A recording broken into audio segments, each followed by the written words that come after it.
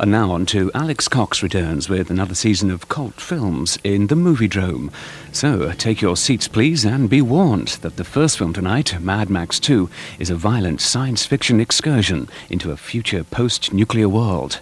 The Dukes of Hazzard meets the Terminator.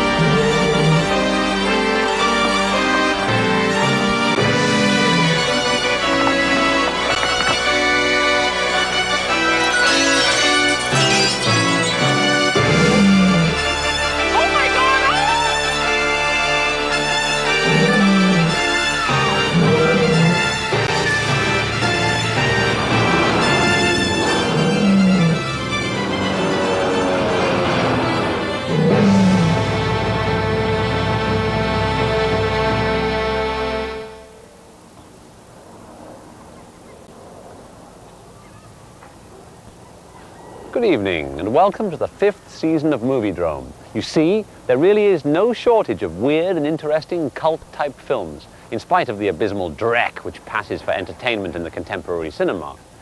In keeping with our traditional policy of only presenting the most positive and uplifting visions of the Dream Factory, we have 3 pictures depicting Hollywood as hell: Day of the Locust, Inserts, and Robert Aldrich's The Big Knife.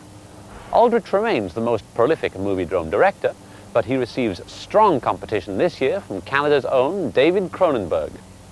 We're presenting the TV premieres of Dead Ringers and The Depraved Rabid, perhaps Mr. Cronenberg's most horrible and brilliant film. We have directorial offerings from Orson Welles, Larry Cohen, Clint Eastwood, Stanley Kubrick, and Henri-Georges Clouzot, and sterling performances by Dennis Hopper, Vincent Price, Ed Harris, Ida Lupino, Bob Hoskins, Shelley Winters, Peter Sellers, and Marilyn Chambers. We have a giant alligator in the New York sewer system,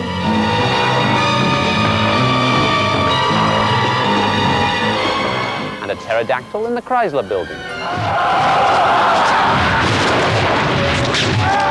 Several ingenious murder plots, and a befuddled university professor infatuated with a teenage nymphette. We even have a non-violent Peckinpah film, to say nothing of no less than 2 movies with the word serpent in the title. How can the discerning cinephile resist? Our first film tonight is one of the last gasps of the once proud Australian cinema, Mad Max 2. Mad Max 1, you may recall, was a low-budget science fiction action thriller which introduced Mel Gibson to the agog world. Mad Max 2 is that rare thing, a sequel which is actually better than the original. The only other instance I can think of is For a Few Dollars More, the sequel to A Fistful of Dollars. Interestingly, in both cases, the director remained the same. Leone, of course, went on to make an even better sequel, The Good, the Bad, and the Ugly. The second Mad Max sequel, Beyond Thunderdome, was by all accounts not of the same caliber, despite the presence of the noted actress Tina Turner and Mr. Gibson yet again. Mad Max 2, released in the US as The Road Warrior, is a tremendous action film. Benefiting from a bigger budget than Mad Max 1, it also lacks its predecessor's desultory borrowings and pretentiousness. It still borrows extensively from road movies, spaghetti westerns, punk fashion, and John Ford cavalry films, but in a very clever and entertaining way. The director was George Miller, and for my money, it's his best film. But what's best for the discerning viewer isn't always what's best for our favorite planet.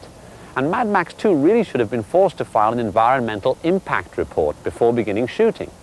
What with all the burning tires, blazing diesel fuel, wasted petrol, and the inevitable mounds of styrofoam cups and flattened beer cans dumped in the desert, Mad Max 2 and all of its ilk of action films stands as a major ecological menace. As do all motion pictures, when you consider the volume of toxic chemicals produced by the processing laboratory and ultimately dumped into the groundwater and the sewage system of the unhappy city where the film is edited. Films are a petrochemical process and a waste-intensive industry. And if this relatively humble offering is bad, what about a 30 or a 40 million buck explodorama such as Die Hard 3 or Terminator 9? Can you imagine the amount of pollution generated by Arnold Schwarzenegger's camper or Mel Gibson's Learjet? Ultimately, of course, this tirade means nothing. film's a big business, like napalm manufacture or the second-generation Concorde.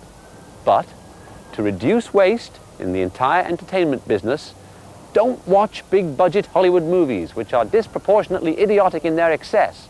Don't ever watch commercials or rock videos for the same reason, and stay tuned to Moviedrome, home of the lower-budget, marginally ecologically sounder films. Yay!